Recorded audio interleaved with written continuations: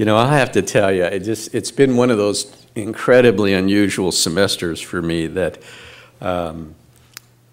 you know, an innovative, groundbreaking program in Cuba, an incredibly successful, though stressful experience with a threat, having the President of the United States show up 8 days later, and then the next week the budget comes out. And I thought, if you saw all the pictures of me when the President was here, I could not get rid of the grin on my face to save my life. And I wasn't going to let the B word take it off either. So, but this is the reality part, and I need to get really serious here because what we know at this time doesn't look real good. But I think it's important that you know the extent of the budget problem that we're about to face, and what I think might really be an issue that makes the next couple years, it will test our creativities, it will test our risk tolerance. And so let me take you through this, and let me orient you with a couple really quick slides. This is the history of NMU's general fund budget since 2000 to today. And what's really obvious from the slide is the disinvestment by the state of Michigan and the fact that student tuition went in 2000 from being 28.9% of our general fund budget to where it is now about 54.1% of the budget. And so the disinvestment in higher education has been ongoing for a long time. If you looked at the tuition and fees at Northern relative to the other public universities in Michigan, this really tells us clearly that we are an exceptional value to students. We have kept our tuition down. I think it has been a key part of our enrollment strategies. Only Saginaw is lower than us, and keep in mind that our tuition includes the costs of the laptop and our networking system as part of that. And they average in Michigan being about $9,614, the red bar there, all the way up to the University of Michigan in Ann Arbor at $12,590.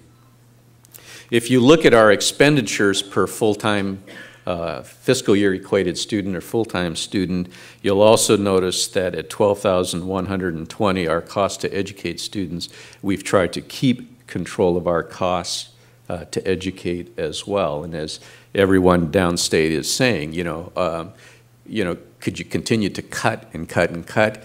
And the answer for me is not anymore. Not unless you make me. Because we have kept our costs down below inflation for all these years. We have kept tuition down to make ourselves accessible, and we have maintained our commitment to providing students and their families great value. Okay? And I did tell the governor it's time that perhaps we get rewarded for that. But that will be the ongoing challenge as we move forward. What have we been doing to get ready for the Governor Snyder's budget and onward? We have a good team. We crunch numbers really well.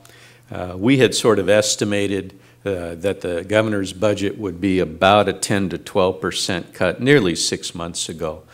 And we had been working on that assumption since that time.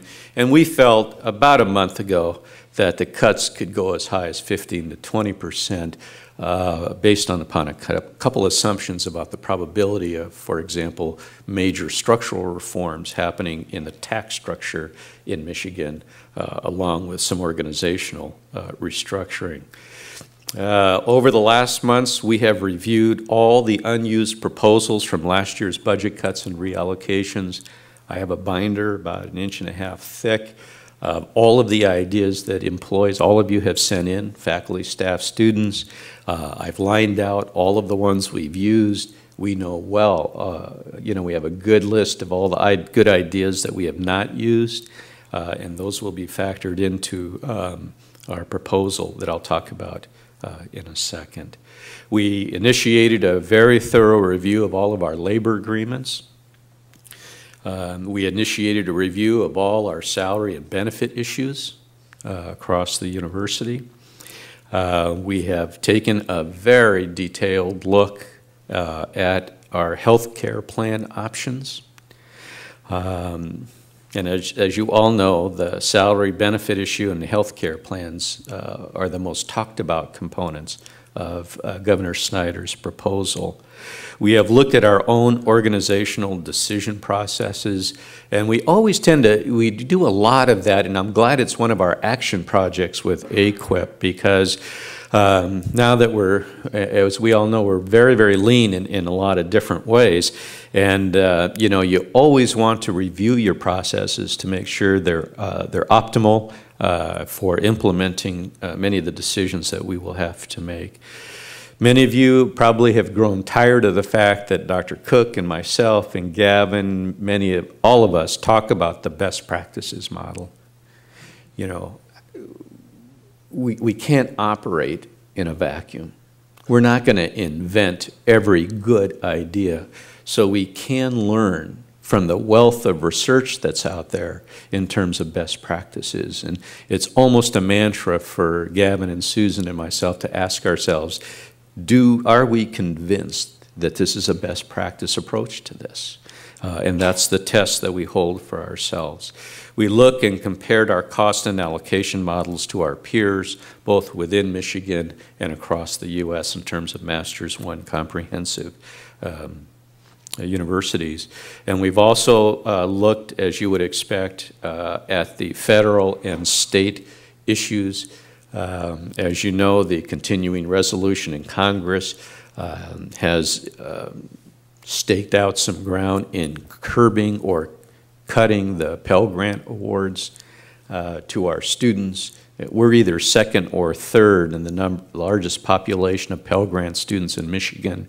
One of the early sort of numbers that Gavin and I calculated was that if the House continuing resolution were to be the final bill, it's about a $2 million hit to our students.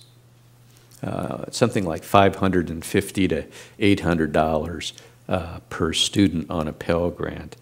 So we're monitoring the pressure from that side.